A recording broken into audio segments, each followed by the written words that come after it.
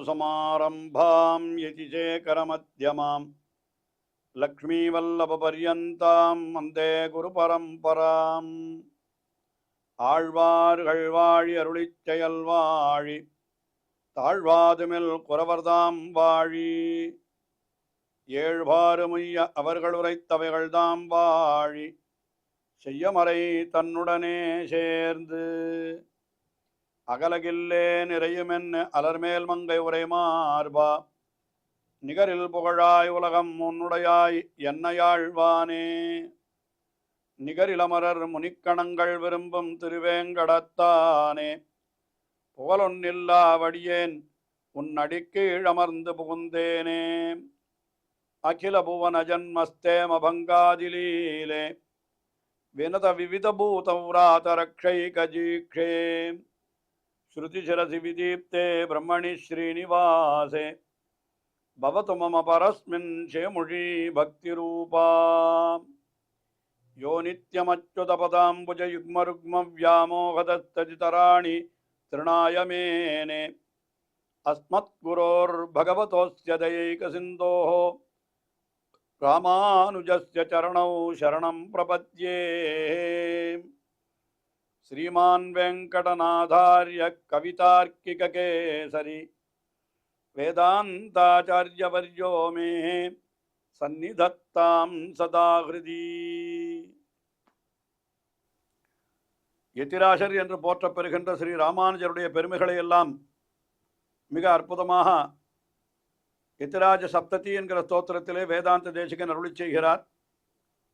இந்த ஸ்தோத்திரத்திலே ஸ்ரீ ராமானுஜருடைய பெருமைகள், ஸ்ரீ ராமானுஜருடைய அடியார்களுடைய பெருமைகள், ஸ்ரீ ராமானுஜருடைய திருவாக்குகளுடைய பெருமைகள், அவருடைய சித்தாந்தத்தினுடைய பெருமைகள் என்று பலவாறு இவற்றையெல்லாம் எடுத்து அருளி செய்த வேதாந்த தேசிகன் இப்பொழுது 59வது ஸ்லோகத்திலே ஸ்ரீ ராமானுஜருடைய திருவடி இணைகளினுடைய பெருமை, அதாவது எம்பெருமானாருடைய திருவடிகள், அந்த திருவடிகள் தம்மை ஆட்கொள்ள வேண்டும் என்று வேண்டும்படியாக இந்த ஸ்லோகத்திலே அருளி செய்கிறார்.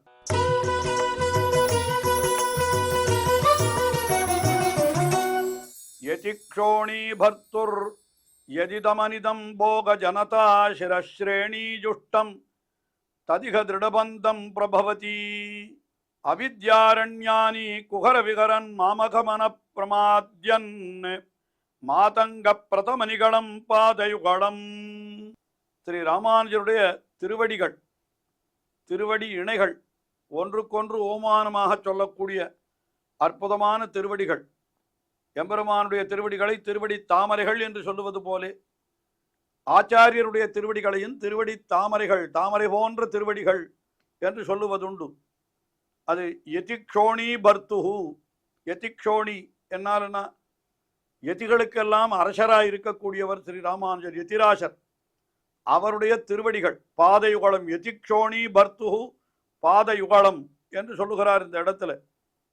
அது என்ன பண்ணுகிறது என்னால் அதை இந்த இடத்துல சொல்றார். அனிதம்போக ஜனதாம், அனிதம் போக, அதாவது இம்மை போகங்களை நாடாதவர்கள் இருக்கிறார்களே இந்த உலகத்தில். ஸ்ரீ ராமானுஜருடைய திருவடிகளை பற்றுபவர்களெல்லாம் யார் என்னால் இந்த இவ்வுலக பயன்களை அதிகம் விரும்பாதவர்கள். நான் உலகத்தில் நிறைய என்ன சொல்லுகிறார்கள், குருக்கள் என்று பல பேர் ஏற்படுகிறார்கள், அதாவது ஆச்சாரியர்கள் என்று. அவர்களெல்லாம் என்ன பண்ணுவார்கள் என்னால் மறுபடியும் மறுபடியும் இந்த உலகத்திலே இருந்து கொண்டு மேலே மேலே சுகங்களை அனுபவிப்பதற்கு என்ன வழி என்று அதைத்தான் சொல்லுகிறார்கள். அதனால் என்ன கிடைக்கிறது, அவன் புண்ணியத்தை பண்ணி சுகத்தை அனுபவிக்கிறான், மறுபடியும் இந்த உலகத்திலே வந்து பிறக்கிறான். ஏன்னா வினை பயன்கள் அதிகமாக சேர்கிறது. ஆனால் ஸ்ரீ ராமானுஜர் அப்படி அல்ல.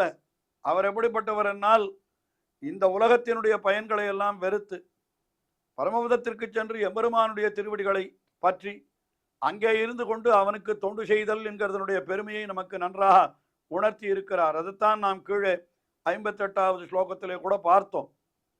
அந்த பரமத்திலே போய் அந்த எம்பெருமானை அனுபவிக்கிற பொழுது இந்த ஸ்ரீ ராமானுஜருடைய நூல்களை படித்ததினாலே உண்டான ஞானம் இருந்தால் அது நமக்கு அந்த அனுபவத்தை இன்னும் நன்றாக சுவையுள்ளதாக ஆக்குகிறது என்று தெரிவித்தார் அல்லவா. அதனால அனிதம்போக ஜனதா, அந்த அனிதம்போக ஜனதா என்னால் இந்த உலகத்திலே இருக்கக்கூடிய இன்பங்களை எல்லாம், சிற்றின்பங்களை எல்லாம் ஒரு பொருளாக நினையாமல் இருக்கக்கூடிய ஒரு ஜனக்கூட்டம், மக்கள் தொகுதி, அவர்களுடைய தலையிலே அலங்காரமாயிருப்பது ஸ்ரீ ராமானுஜருடைய திருவடிகள் என்று. சிரஸ்ரேணி ஜுஷ்டம், அவர்களுடைய சிரசில் அது ரொம்ப அலங்காரமாய் இருக்கிறது என்று சொல்லுகிறார். ஆஹா, ஸ்ரீ ராமானுஜருடைய திருவடிகளை பற்றினவர்கள் இந்த உலகத்தை சிற்றின்பங்களை ஒரு பொருளாகவே நினைக்க மாட்டார்கள் என்கிறது ஒரு முக்கியமான கருத்தாக இங்கே தெரிவிக்கப்படுகிறது. ஏனென்றால் இந்த உலகத்திலே நாம் அனுபவிக்கக்கூடிய சிற்றின்பம் என்கிறது எல்லாம் அல்பம், அஸ்திரம், அது மிகவும் அற்பமானது, அது நிலையில்லாதது. என்ன ஆகும், நமக்கே கூடாது. ஒரு சில வருடங்கள் கழித்து பார்த்தால் இதையா நாம் இன்பமாக நினைத்தோம் என்று நினைக்கும்படியாகத்தான் அது இருக்கிறது. ஆயினாலே என்ன சொல்கிறார், அப்படிப்பட்ட மக்களுக்கு அது சிரஸ்ரேணி ஜுஷ்டம் என்று இருக்கிறது. அதுக்கு மேலே அது எப்படி இருக்கிறது, திருவடிகள் திருடபந்தம், நன்றாக ஒன்றுக்கொன்று நெருங்கி இணைந்தவர்களாக இருக்கிறது. அப்படிப்பட்ட இந்த எம்பெருமானாருடைய திருவடிகள் யதிக்ஷோணி பர்த்துகு பாதயுகலம், அது என்ன பண்ணுகிறதுன்னு கேட்டா, எனக்கு ஒரு பெரிய உபகாரத்தை பண்ணுகிறது என்று சொல்லுகிறார். என்ன பெரிய உபகாரம்? என்னுடைய மனம் இருக்கிறதே, அது எப்படிப்பட்டது என்னால் கண்ட இடத்திலேயும் அலைந்து திரிகிறது. அதாவது முன்னால் அதற்காகத்தான் மிகவும் கவனமாக தெரிவித்தார். இம்மை பயன்களை விரும்பாதவர்களுடைய தலையிலே அலங்காரமாக இருப்பது ராமானுஜருடைய திருவடிகள் என்று சொன்னார். ஆனால் நாம் எல்லாரும் அப்படி இல்லையே. இந்த உலகத்திலேயே நம்முடைய மனத்தை அவிழ்த்து விட்டு எப்படி தெரிந்து கொண்டிருக்கிறோம், கண்ட விஷயங்களிலேயும் ஈடுபடும்படியாக இருக்கு. ஆனால் அதை என்ன பண்ணணும், கட்டுப்படுத்தணும். வாரி சுருக்கி மதக்களிரைந்தினையும் சேரி திரியாமல் செந்நிரீ என்று ஆழ்வார் அருளி செய்கிறார்.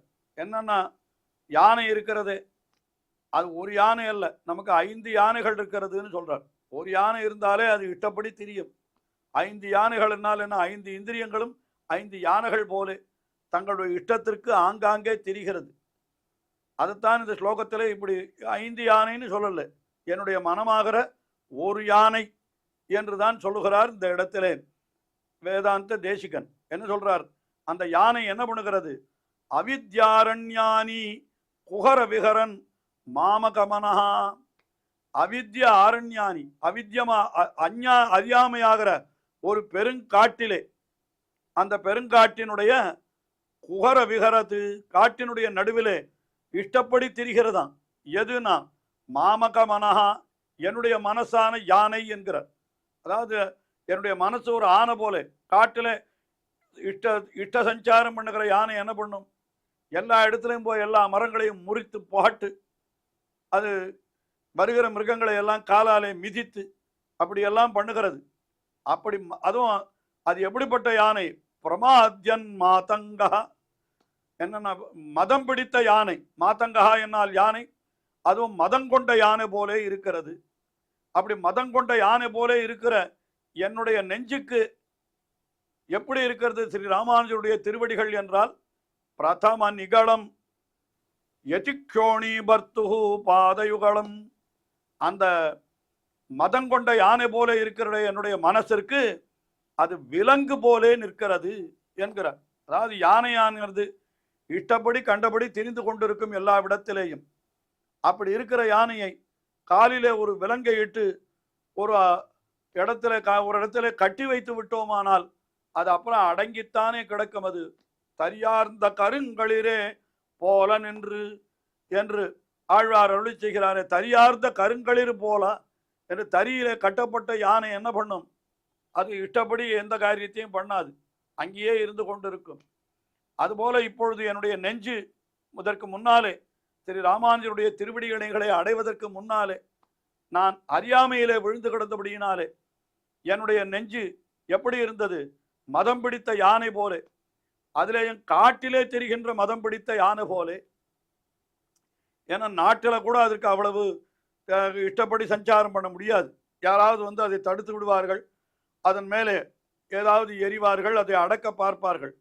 ஆனால் காட்டில் அந்த யானையை அடக்கிறதுக்கு யார் இருக்கா, ஒருத்தரும் கிடையாது. அதனால மதம் பிடித்த யானை காட்டிலே தெரிந்தால் அது இஷ்டப்படி காரியத்தை பண்ணி கொண்டிருக்கிறது. அப்படி காட்டிலே மதம் பிடித்த யானை திரிகின்றார் போலே திரிந்து கொண்டிருந்த என்னுடைய மனசு எம்பெருமானாருடைய திருவடிகளை அடைந்தபடியினாலே எனக்கு என்ன ஆயிற்று, என்னால் அந்த அறியாமையானது நீங்கி அப்படியே ஒரே இடத்திலே அடங்கி கிடக்கிறது. என்னால் பகவானுடைய திருவடிகளிலேயே அல்லது என்ன ஆகிறது, இது ஸ்ரீ ராமானுஜருடைய திருவடிகளிலேயே என் மனமானது ஒருபட்டு கிடக்கிறது என்று சொல்லுகிறார்.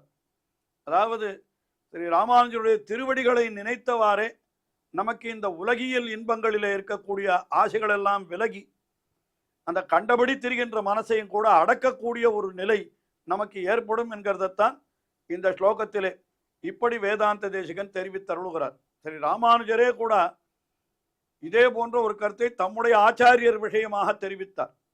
அவர் என்ன தெரிவித்தார், ஆளவந்தார் என்கிற ஆச்சாரியர் அவர்தான் ஸ்ரீ ராமானுஜருக்கு பரமாச்சாரியர், யாமுனாச்சாரியர்.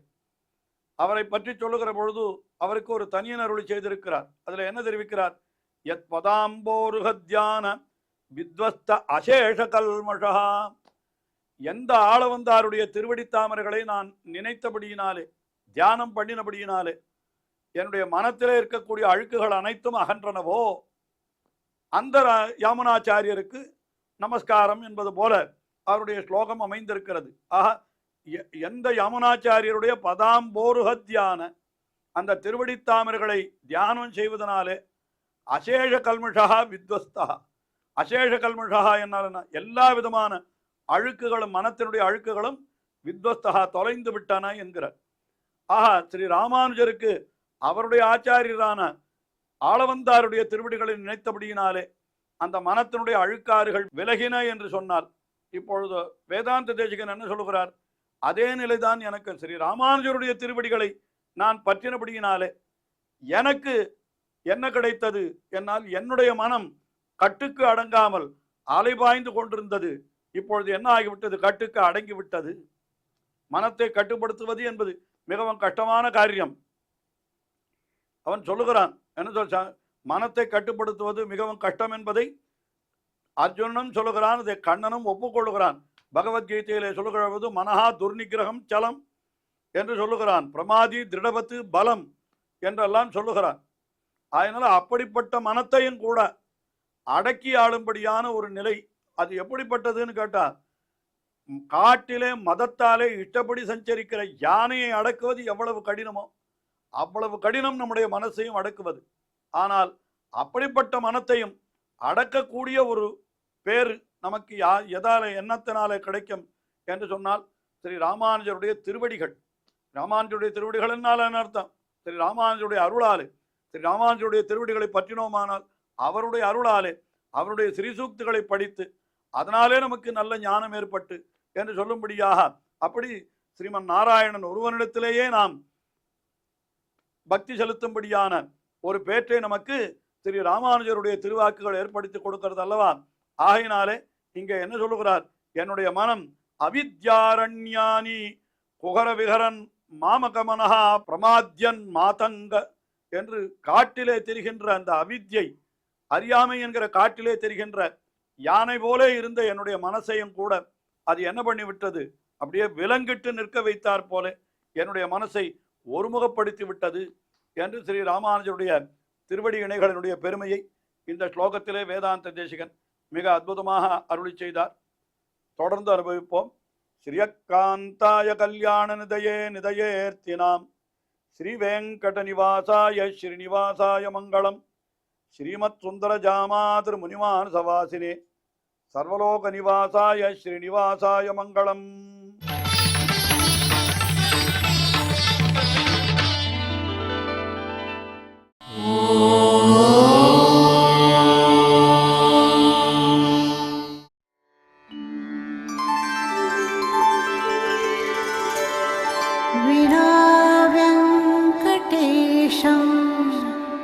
ननाथो ननाथः सदा वेङ्कटेशं स्मरामि स्मरामि.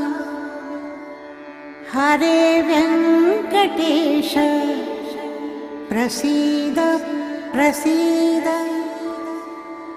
प्रियं वेङ्कटेश वेङ्कटेश प्रयच्छ प्रयच्छ